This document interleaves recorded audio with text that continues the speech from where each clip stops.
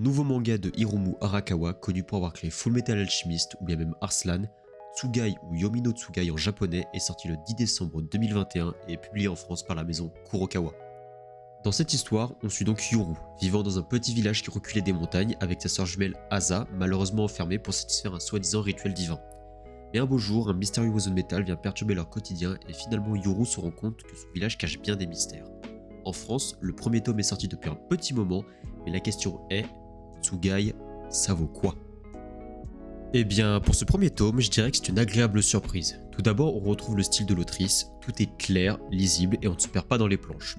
Au niveau du trait, bien sûr, on retrouve certaines similitudes. Lorsqu'on voit des personnages, on est tout de suite amené à faire des comparaisons avec les œuvres précédentes. Mais en comparaison avec d'autres auteurs ayant réalisé plusieurs œuvres, ce n'est pas quelque chose de choquant. Le début de l'intrigue, quant à lui, comme pour son grand classique FMA, est je trouve plutôt bon. On va directement à l'essentiel, les péripéties commencent dès les 10 premières pages et ça c'est vraiment quelque chose d'agréable. Ensuite, le personnage principal, Yuru, pour ce premier tome est comment dire. Comme je disais avant, on est amené à faire des comparaisons avec les œuvres précédentes.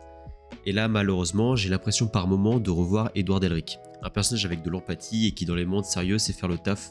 A noter d'ailleurs qu'on retrouve un cliché qu'on retrouve très souvent dans le shonen, c'est les petites touches d'humour décalées dont fait preuve le héros. En parlant d'humour, il est présent mais il ne gâche pas le déroulé de l'histoire. Il nous permet de souffler dans les moments de creux pour mieux rebondir lors des moments importants. Et d'ailleurs, en faisant cette analyse, certains se demandent peut-être ce que veut dire Tsugai. Et bien lorsqu'on plonge plus loin dans le manga, on découvre que les Tsugai sont en fait des esprits / des dieux.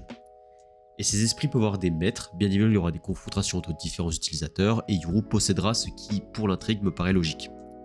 Si on devait faire un comparo, c'est l'équivalent des tandems dans Shaman King ou dans Jojo Bizarre Adventure. Un maître et son utilisateur. Chacun a ses pouvoirs et son look bien à lui. Ces Tsugai, lorsqu'on les découvre, surprennent, car chacun a sa petite spécialité, ils ont tous des designs très variés, on en vient même à s'attacher auprès de certains, car ils ont vraiment des personnalités bien à eux. Enfin, les personnages secondaires, quant à eux, viennent au compte-gouttes. Ils sont introduits petit à petit, ce qui fait qu'on ne régurgite pas 10 prénoms d'un coup, au risque d'en oublier les 3/4. Pour conclure tout ce que j'ai dit, malgré un manque de renouveau dans ces personnages, j'estime que le lore autour des esprits a suscité mon intérêt.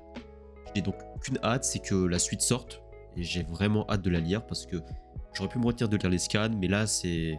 Étant donné que c'est vraiment une première découverte en tant que bouquin, je vais attendre patiemment et être assez honnête et attendre que les bouquins sortent. Donc en vrai, j'ai pris du plaisir à découvrir ce manga. Si vous êtes familier avec le style de Arakawa, je ne peux que vous conseiller d'aller le lire en librairie et de l'acheter. Voilà, donc j'ai préféré pas trop m'étaler, hein, c'est une analyse qui est assez brève, puisque j'ai quand même voulu rester en surface, pour que vous puissiez faire l'effort d'aller lire tout ça. Donc voilà, c'était un peu la fin de cette analyse, donc si vous avez aimé, hein, c'est un format assez court, lisez, allez lire, partagez, likez la vidéo, etc. Bref, tout le tati, on connaît la chanson, bref. Sur ce, voilà.